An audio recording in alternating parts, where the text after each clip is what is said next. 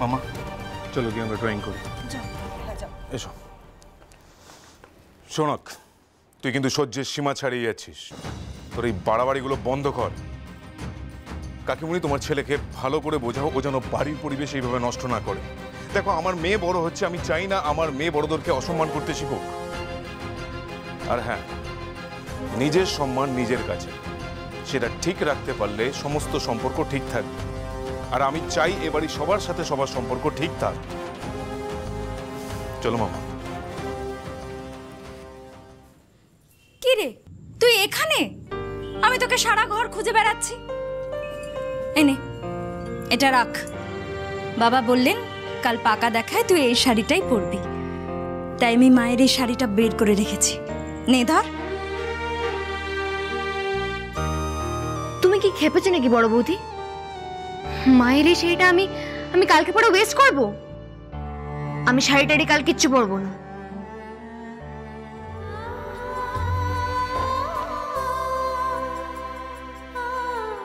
এই শাড়িটা আমার খুব প্রিয়। এই শাড়িটা আমি কবে পরবো বলো তো? যেদিন আমি MBBS পাস করব, ডাক্তার হব, সেই দিন আমি এই শাড়িটা পরে সার্টিফিকেট দিতে যাব। বিয়ের পাকা দেখায় এই শাড়িটা আমি পরবো না। ও মা, তাহলে কি পরবি? কি আবার পরবো? রোজ যা পরি তাই পরবো। ওদের সামনে আমি লুকোতে যাবো কেন নিজেকে? আমি যেমন মেয়ে সেটাই তো ওদের দেখা উচিত, তাই না? আমি কি চাই না চাই সেটা তো ওদের জানা দরকার। তারপর যদি তো পছন্দ না হয় তাহলে বিয়ে দেবে না। মানে? হ্যাঁ রানী, এই তুই কাল কি করবি? রানী লক্ষ্মী মন আমার, কাল কিছু উল্টো পাল্টা করিস না। আরে বড় বৌদি রিল্যাক্স, তুমি এত চিন্তা করছো কেন বলো তো? দেখো, ওদের যদি মনে হয় আমার সঙ্গে ওদের ছেলের বিয়ে দিয়ে লাভ আছে তাহলে দেবে, নাইলে দেবে না। I don't care. কিন্তু আমার একটা বক্তব্য থাকবে, সেটা কিছু করার নেই।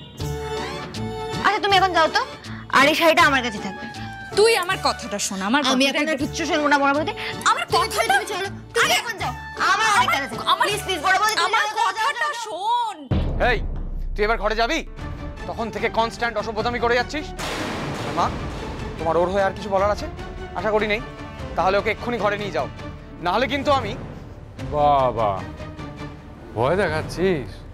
মা দেখো, একদিন একটু টিভিতে মুখ দেখিয়ে কি রেলা বেড়ে গেছে। হ্যাঁ, তোর সাথে না কথা বলতে আমার রুচিতে বাধে, কিন্তু কি করব, একই বাড়িতে থাকি তাই বাধ্য হই। এই শোন শোন শোন, হতে পারে তুই বিরাট ডাক্তার, হ্যাঁ, কিন্তু আমিও উকিল। হ্যাঁ হ্যাঁ, সরি, তোর মতন নাম করে উঠতে পারিনি, কিন্তু আমি তোর বড় দাদা। তুই বড় দাদা? তোকে যে মেনে চলবে তুই তাকে কুশিক্ষা দিবি। কি করে নাম করবি তুই? নাম করতে গেলে প্রথমে কাজ করতে হয়। তুই কি করিস? সারাদিন নেশা করিস। এরকম নেশা করে ফ্রাস্ট্রেটেড হয়ে ঘুরে বেড়ালে কোনোদিন সাকসেসফুল হওয়া যায় না। তার জন্য দম লাগে, বুদ্ধি লাগে, আর বোধ লাগে, যার একটাও তোর মধ্যে নেই। তাই বুঝি? হ্যাঁ তাই। পয়সা নষ্ট করে ওকালতি তুই পড়তে গেছিলিস কেন, যখন উকিল হওয়ার ক্ষমতাই নেই? এরকম ফ্রাস্ট্রেটেড হয়ে বউকে হ্যারাস করা আর কতদিন? এই জয়, এই বেশি কথা বলছি তো, চুপ কর চুপ কর, আমি কথা বলছি তো। চল তুই চল তো, ঘরে চল। দাঁড়াও দাঁড়াও দাঁড়াও, ওনাকে দেখো, আমার বউ দাঁড়িয়ে দাঁড়িয়ে কাঁদছে, কিন্তু সবটা শুনছে, কিন্তু কোনো প্রতিবাদ করছে না।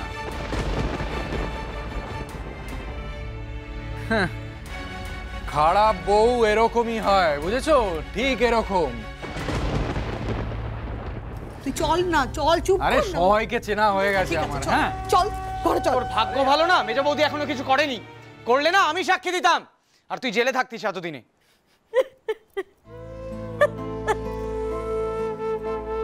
সময়টাই পাল্টে গেছে, বুঝলে তো দাদা, অবক্ষয়ের যুগ। মাধুরী,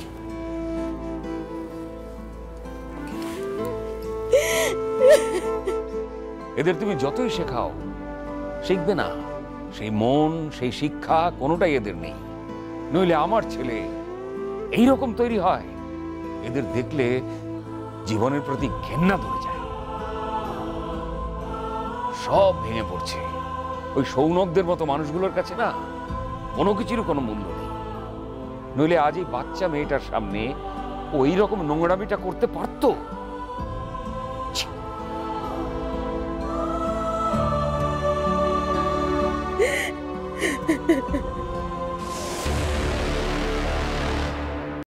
Yes, sir. 24th September, sir.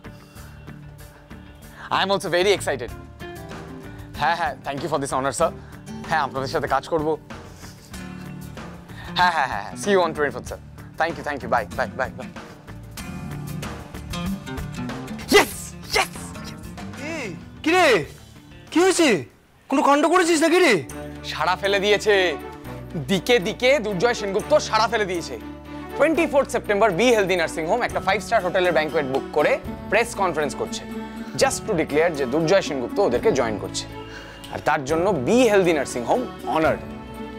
আরে ভাই, তুই তো ফাটিয়ে দিয়েছিস। হ্যাঁ, কংগ্রাচুলেশনস। ইয়েস ইয়েস শেষদা ভাই, it's a big thing, it's a big thing, it's a big thing. শোন না, ঠিক আছে ঠিক আছে, আরে বড় ব্যাপার, অনেক বড় সড়ো ব্যাপার, কিন্তু আমরা তো জানতাম যে তুই এটা অ্যাচিভ করবি। হ্যাঁ, সেটা ঠিক, এটা আমায় অ্যাচিভ করতেই হতো। শোন না, বলছি যে এখন তো অ্যাচিভ করে ফেলেছিস না, মানে এটা খুব একটা বড় ব্যাপার যে তুই এত বড় একটা জিনিস অ্যাচিভ করেছিস। এইবার একটু আমার বিয়ের ব্যাপারে কনসেন্ট্রেট কর না, মানে একটু এক্সাইটমেন্ট দেখা না। তোর হয়ে বিয়ে করতে বলবি না তো? হেই, তুই খেপেছিস? আমার দেবুকে আমি ছাড়বই না।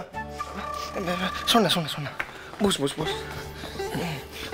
বলছি যে দেবযানীর ইচ্ছে, মানে ও বলছিল, দেখ মার কাকিমণিরা তো ওদের বাড়ির লোকেদের জন্য, ওদের আত্মীয় স্বজনদের জন্য জিনিসপত্র কিনবে। ও এক্সপেক্ট করছিল যে ওর বন্ধুদের আমিও যদি কিছু গিফট দিই, বুঝলি তো? হ্যাঁ, সে কি রে? হ্যাঁ, তুই এরকম এক্সপ্রেশন দিচ্ছিস কেন? আমি আমার দেবুকে একটা ডায়মন্ডের রিং দেবো, ওর বন্ধুদেরকে অনেক গিফট দেবো, আর এগুলো না আমি সব নিজের হাতে কিনতে চাই। তুই আমার সাথে যাবি ভাই? দেখ, তুই না গেলে কিন্তু হবে না। তুই ছাড়া এগুলো কে চুজ করে দেবে বল আমাকে? তুই ছাড়া আমার কেই বা আছে? আর ওই যে মেয়েটা আছে না, রানী, তুই যার সাথে ঝগড়া করে বসলি, কেন করলি বলতো? আচ্ছা যাই হোক, ও কিন্তু দেবযানীর বেস্ট ফ্রেন্ড বলে কথা। হ্যাঁ, ওকে একটা ভালো জিনিস দিতে হবে।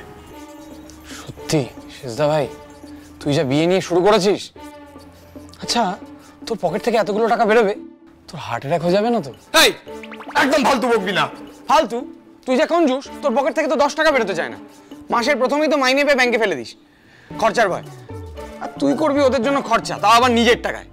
আরে না রে, খরচা করতে হবে, মনের মধ্যে কষ্ট হলেও না মাঝে মাঝে টাকা খরচাতে হয়। আর তাছাড়া এই টাকা আমার অন্য জায়গায় সরানো আছে, বুঝলি তো? মানে আসলে কোনো রকম হাত পড়ছে না, এইটা আমার ওই জমানো টাকা থেকেই হয়ে যাবে। আচ্ছা, এবার যদি এই কথাগুলো আমি বাড়ির লোককে গিয়ে বলি যে তুই নিজের টাকায় ওদের জন্য গিফট কিনছিস, অবশ্য প্রথমত বিশ্বাসই করবে না। তারপর একটা প্রেস কনফারেন্স ডাকবে, তোর ছবি পেপারে বড় করে ছাপানো হবে, অবশ্য বেরোনোই উচিত। তারা এক্ষুনি বলে আসছি।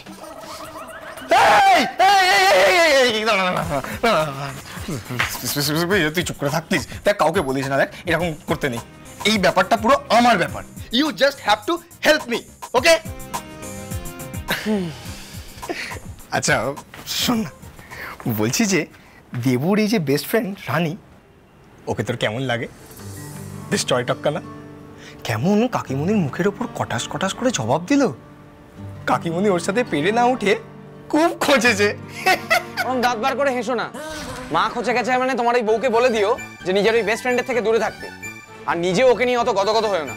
ওই মেয়ে কিন্তু তোমাদেরকে ডোবাবে, আর মার কিন্তু মোটেই ওকে পছন্দ হয়নি, মনে রেখো সেটা। এই হ্যাঁ, তো ভাই মন্দ কিছু বলেনি তো?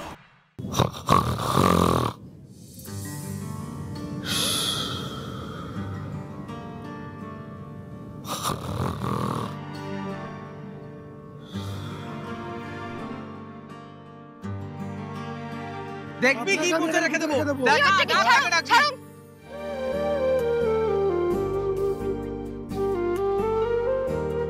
একটা মানুষের জীবন মরণের প্রশ্ন, আর তুমি বলছো তোমাকে তাড়াতাড়ি ছাড়তে হবে। চল গাড়িতে ওঠ, গাড়িতে। Come on, move fast, move fast. আপনাকে একটা অনুরোধ করব, আপনার মতো বড় ডাক্তার তো দূর, এখানে চট করে ছোটখাটো ডাক্তারে পাওয়া যায় না, একটু যাবেন প্লিজ।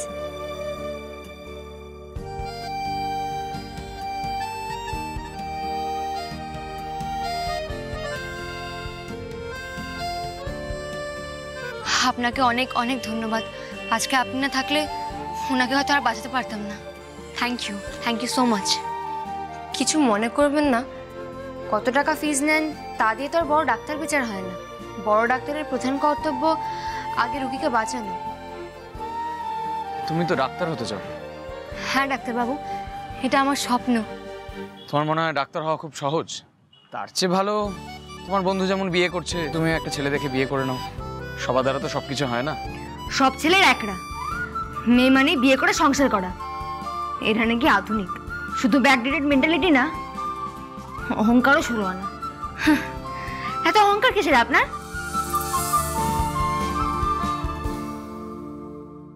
তুই জানিস না আমার স্বপ্ন কি, আমি কি করতে চাই? জানি তো, কিন্তু তুই পাকা দেখাটা আটকাবে কি করে?